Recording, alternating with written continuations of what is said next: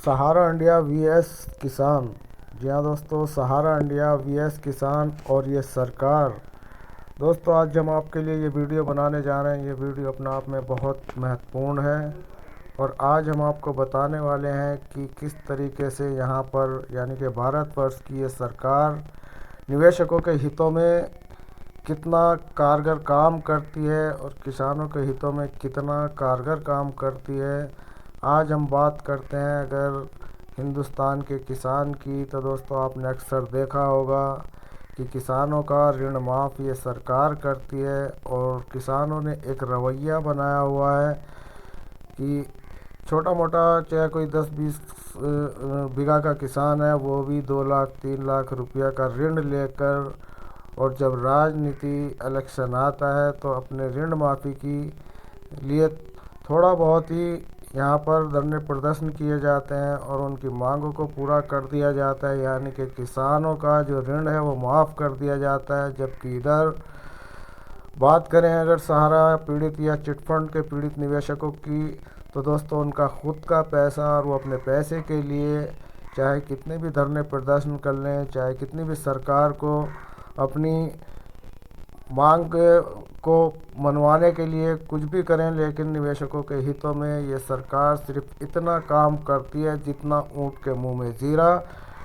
और पैसा निवेशकों का खुद का होता है। बड़ी बात यह है कि किसान लोग तो सरकार से पैसा लेते हैं और ये एक बिजनेस बनाया हुआ है कि ऋण उठाओ और सरकार से माफ़ कराओ और सरकार उनके आगे झुकती है और उनका पैसा माफ़ कर देती है। जबकि यहाँ पर जो है पीड़ित निवेशकों का खुद का पैसा होता है। विगत 10 सालों से निवेशक जो सहारा के निवेशक हैं, पीएसएल के निवेशक हैं और भी बहुराष्ट्रीय कंपनी हैं उनके निवेशक हैं, उनका लाखों करोड़ों रुपया यहाँ पर लगा हुआ है दोस्तों। और गरीब निवेशक की बात करें तो उनका भी 20, 30, 40, 50 हज़ार रुपया, यहाँ तक कि लाख 2 लाख 10 लाख रुपया तक गरीब यहाँ पर लगाए हुए हैं। और उच्च वर्ग की बात करें तो किसी का 50 लाख, किसी का 60 लाख, किसी का 75 लाख।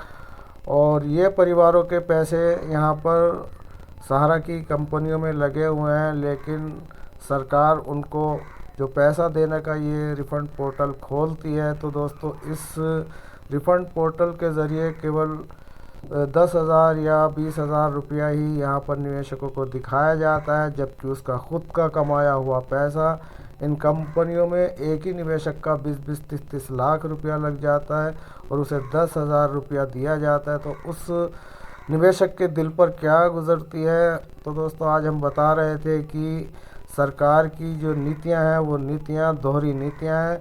और ये दोहरी नीतियां क्यों हैं दोस्तों, यहाँ पर जो ये चिटफंड का कारोबार चलाती हैं ये कंपनियां, ये भारत सरकार से रजिस्ट्रेशन लेकर चलाती हैं और इन रजिस्ट्रेशन को रद्द कर कर इन कंपनियों पर अवैध तरीके से धन वसूली के ठप्पे लगाकर इनका करोड़ों करोड़ों खरबों खरबों रुपया लूट कर, यानी कि अपनी विभागों की कुछ ऐसी कार्रवाइयाँ दिखा देते हैं जिससे ये सिद्ध कर देते हैं कि ये जो है चिटफंड का काम जो है इन्होंने गाइडलाइन से ज़्यादा पैसा लिया या कुछ भी इनके ऊपर प्रतिबंध लगाकर उन कंपनियों को स्थगित कर दिया जाता है और पैसे देने के नाम पर केवल टहलाया जाता है। जबकि किसान हर वर्ष 2 लाख 3 लाख छोटे से छोटा किसान लेकर बैठ जाता है और उसको पैसे जब देने का वक्त आता है तो उस वक्त थोड़ा बहुत इन्होंने हंगामा किया और इनका सारा कर्ज माफ़ कर दिया जाता है, जबकि उनका एक पैसा भी इसमें नहीं लगा होता।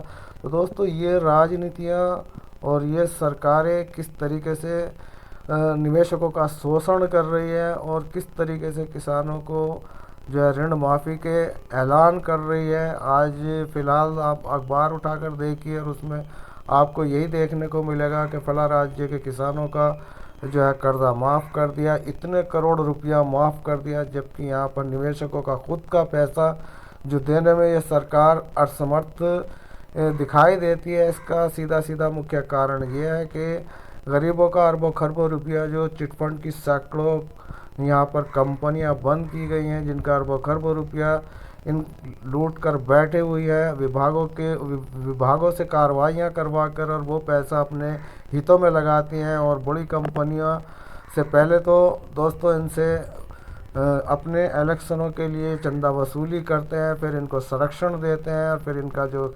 निवेशकों का पैसा होता है वो अपनी जेब में रखते हैं। तो दोस्तों ये हालात चल रहे हैं हमारे हिंदुस्तान की राजनीति से।